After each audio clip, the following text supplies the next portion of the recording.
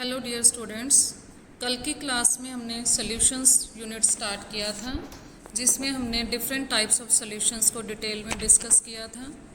आज हम लोग राउल्ट्स लॉ को पढ़ेंगे और उससे ideal and non ideal solutions को एक्सप्लेन करेंगे।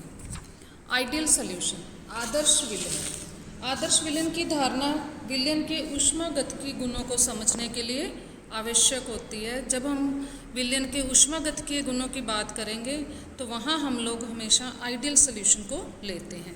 आइए देखते हैं कि आइडियल सॉल्यूशन किसे कहते हैं। आइडियल सॉल्यूशन की डेफिनेशन, वह सॉल्यूशन जिसमें सहसंजक बल यानी कोहेसिव फोर्सेस पूर्ण रूप से समान हो। पूर्ण रूप से समान का मतलब है विलय विलायक और विलायक विलायक अणुओं के मध्य अंतर आकर्षण बल पूर्णतः समान हो। अर्थात जब हम विलायक में विलय पदार्थ घोलें तो उनके बीच में जो कोहेसिव फोर्सेस हों वो विलय के कोहेसिव फोर्सेस और विलायक विलायक के फोर्सेस इंटरमॉलिक्यूलर फोर्सेस के एकदम समान होना चाहिए। अर्थात जब हम दोनों विलय और विलायक को मिक्स करें तो इंटरमॉलिक्यूलर फोर्सेस में कोई चेंज नहीं आना चाहिए। और जब ये इस प्रकार का कोई चेंज नहीं आएगा तो उससे क्या होगा कि विलय विलायक के मिलाने पर कोई ऊष्मीय परिवर्तन नहीं होगा। अर्थात ऐसे विलयन के लिए डेल्टा एच मिश्रण 0 होगा। और क्योंकि इंटरमॉलिक्यूलर फोर्सेस में कोई चेंज नहीं आएगा, इसलिए कंपोनेंट्स को मिक्स करने से वॉल्यूम में भी कोई चेंज नहीं आएगा। अर्थात विलयन बनने पर आयतन परिवर्तन 0 होगा। मीन्स वॉल्यूम ऑफ सॉल्यूशन जो होगा वो volume of solute plus volume of solvent होगा। जितना वॉल्यूम हम सॉल्यूट का मिक्स करेंगे और जितना सॉल्वेंट का मिक्स करेंगे, दोनों का योग विलयन का वॉल्यूम बन जाएगा। और तीसरा पॉइंट कि आदर्श विलयन सांद्रता की प्रत्येक सीमा में राउल नियम का पालन करते हैं। अब देखते हैं पहले कि राउल नियम क्या है। राउल नियम क्या कहता है कि हमें पता है कि कोई भी लिक्विड के अणु की हमेशा द्रव अवस्था से गैसीय अवस्था में पलायन करने की प्रकृति रहती है। इस चीज़ को हम लोग अच्छी तरह से समझते हैं, क्योंकि हम देखते हैं कि कितनी भी सर्दी हो, कैसा भी मौसम हो, कपड़े सूख जाते हैं चाहे टाइम ज़्यादा लें, क्योंकि वाटर मॉलिक्यूल्स हमेशा वेपराइज होने की टेंडेंसी रखते हैं। इसी प्रकार हर द्रव के अणु जो है वो द्रव अवस्था से गैसीय अवस्था में परिवर्तित पलायन करने की प्रवृत्ति रखते हैं। अब द्रव के विलयन में यदि दोनों कंपोनेंट्स विलय तथा विलायक वाष्पशील हों तो उस केस में ऐसे मिश्रण का वाष्प दाब दोनों कंपोनेंट्स के पार्शियल प्रेशर के सम के बराबर होता है। P = PA + PB। तो विलयन का कुल वाष्प दाब जो हम इस इक्वेशन से रिप्रेजेंट करते हैं। कैपिटल P जो है वो कुल वाष्प दाब को रिप्रेजेंट कर रहा है, स्मॉल PA द्रव A का आंशिक दाब, स्मॉल PB द्रव B का आंशिक दाब रिप्रेजेंट कर रहा है। अब राउल नियम क्या कहता है कि एक निश्चित ताप पर किसी विलयन के वाष्पशील अवयव का वाष्प दाब उस अवयव की विलयन में मोल भिन्न तथा शुद्ध अवयव के वाष्प दाब के गुणनफल के बराबर होता है। जब हमने विलयन बनाया तो उसमें हमने विलय और विलायक लिया। विलय मान लीजिए मेरा वाष्पशील अवयव है। अब विलयन के वाष्प दाब में इसका कंट्रीब्यूशन कितना होगा, ये डिपेंड करेगा उसके कंसंट्रेशन पे भी और उसका प्योर फॉर्म में कितना वाष्प दाब होता है। तो कंपोनेंट मान लीजिए मैंने 2 कंपोनेंट्स लिए हैं, A और B। दोनों कंपोनेंट्स आपस में मिश्रणीय द्रव बना रहे हैं और वाष्पशील हैं। तो उस केस में जो है डाल्टन का जो पार्शियल प्रेशर का नियम है उसके अनुसार टोटल प्रेशर होगा PA + PB। अब PA PB का मान हम कैसे ज्ञात करेंगे कि PA होगा इक्वेशन नंबर 1 द्वारा P0A XA। P0A XA equation number 1 द्वारा रिप्रेजेंट करेंगे। इसी तरह PB मीन्स कंपोनेंट B का कंट्रीब्यूशन क्या होगा, इक्वेशन नंबर 2 द्वारा। यहाँ पे P0A जो है वो शुद्ध A का वाष्प दाब है, P0B शुद्ध B का वाष्प दाब है, एक्स ए कंपोनेंट के विलयन में मोल भिन्न और एक्स बी कंपोनेंट की विलयन में मोल भिन्न को रिप्रेजेंट कर रहा है। मोल भिन्न जो है वो कंसंट्रेशन को रिप्रेजेंट करती है। इसके बारे में आपने लोअर क्लास में पढ़ा होगा। अभी हम नेक्स्ट क्लास में भी इस टर्म को डिटेल में डिस्कस करेंगे। तो टोटल प्रेशर जो होगा वो इक्वेशन नंबर 3 द्वारा रिप्रेजेंट किया जाएगा, PA + PB। इक्वेशन नंबर 1 और 2 से इक्वेशन नंबर 3 में वैल्यू पुट करते हैं तो मेरे पास इक्वेशन आ जाती है ये। तो जो है यहाँ पे मेरे पास ये आ गई।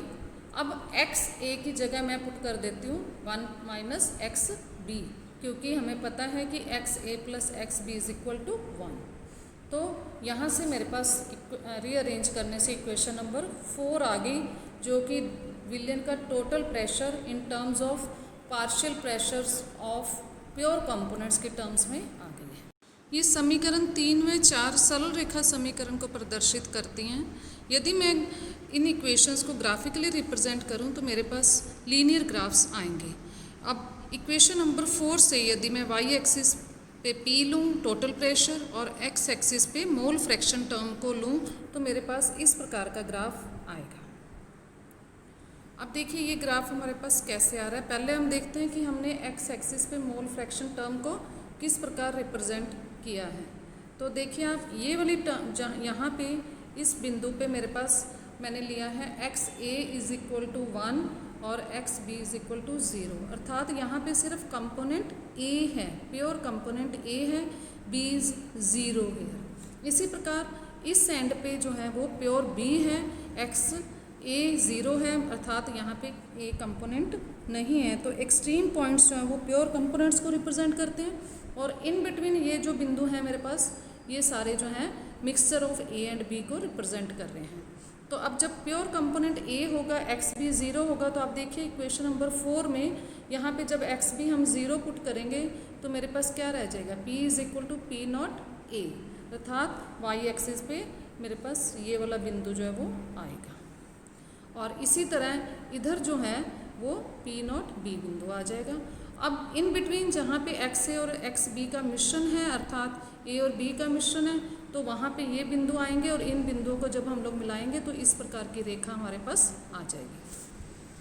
और इसी तरह जो है मेरे पास PA और P0 जो हैं ये डॉटर लाइंस जो हैं वो PA और P की वैल्यू दिखा रहे हैं in terms of concentration of A and B। जिन द्रवों के लिए ऐसा ग्राफ आता है, अर्थात A और B की किसी भी कंपोजिशन कंसंट्रेशन टर्म पे वो इस ग्राफ को फॉलो करते हैं, तो ऐसे सॉल्यूशंस को हम कहते हैं आइडियल सॉल्यूशंस। ये ग्राफ हमारे पास राउल्ट्स लॉ से आया है, इसलिए हम कहते हैं कि जो विलयन जो हैं राउल्ट्स नियम का पालन करते हैं उसे हम आदर्श विलयन कहते हैं।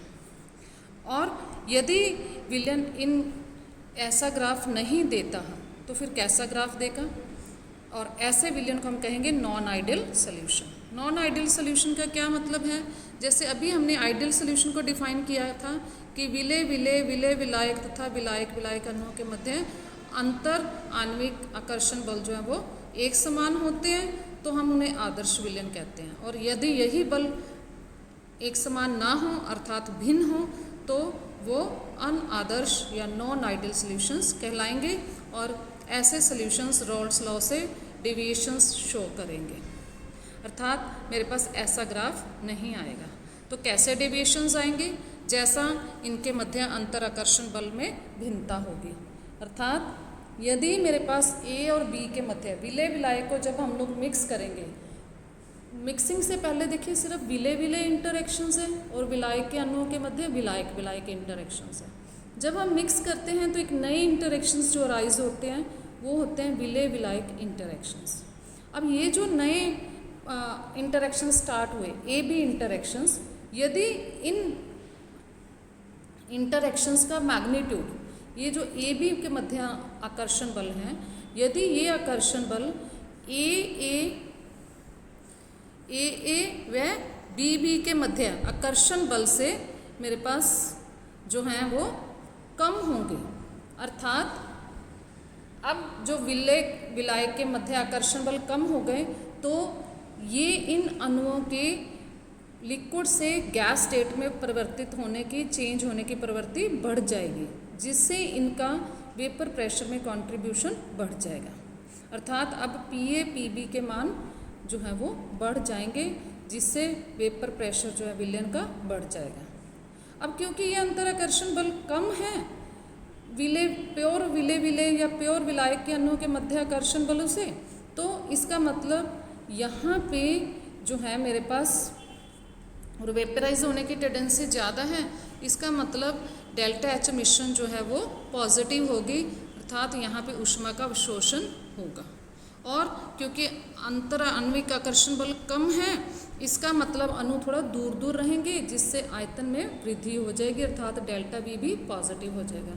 ऊपर हमने आदर्श विलयन के लिए दोनों मान कहा था कि डेल्टा एच मिक्सिंग और डेल्टा वी मिक्सिंग इज 0, जबकि पॉजिटिव डेविएशंस शो करने वाले सॉल्यूशंस में दोनों मान पॉजिटिव होंगे।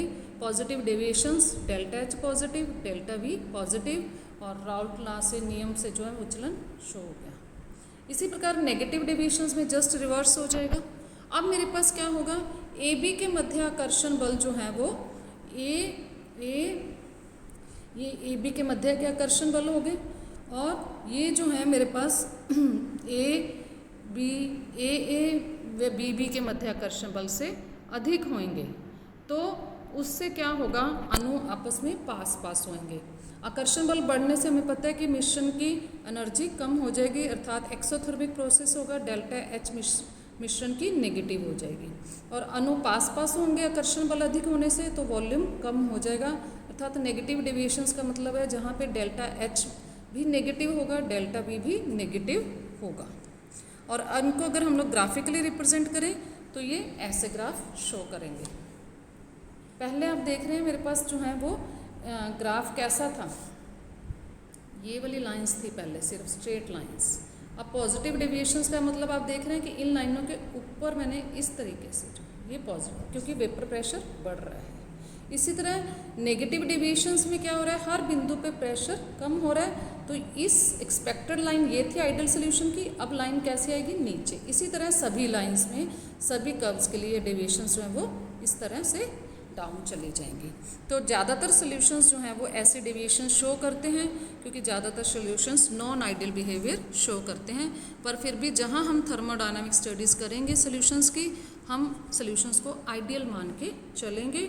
और ऊपर जो हमने ग्राफ प्लॉट किया, हम ये मानेंगे कि सॉल्यूशंस इन ग्राफ्स को फॉलो कर रहे हैं। That's all about Raoult's law and ideal and non ideal solutions. Thank you so much.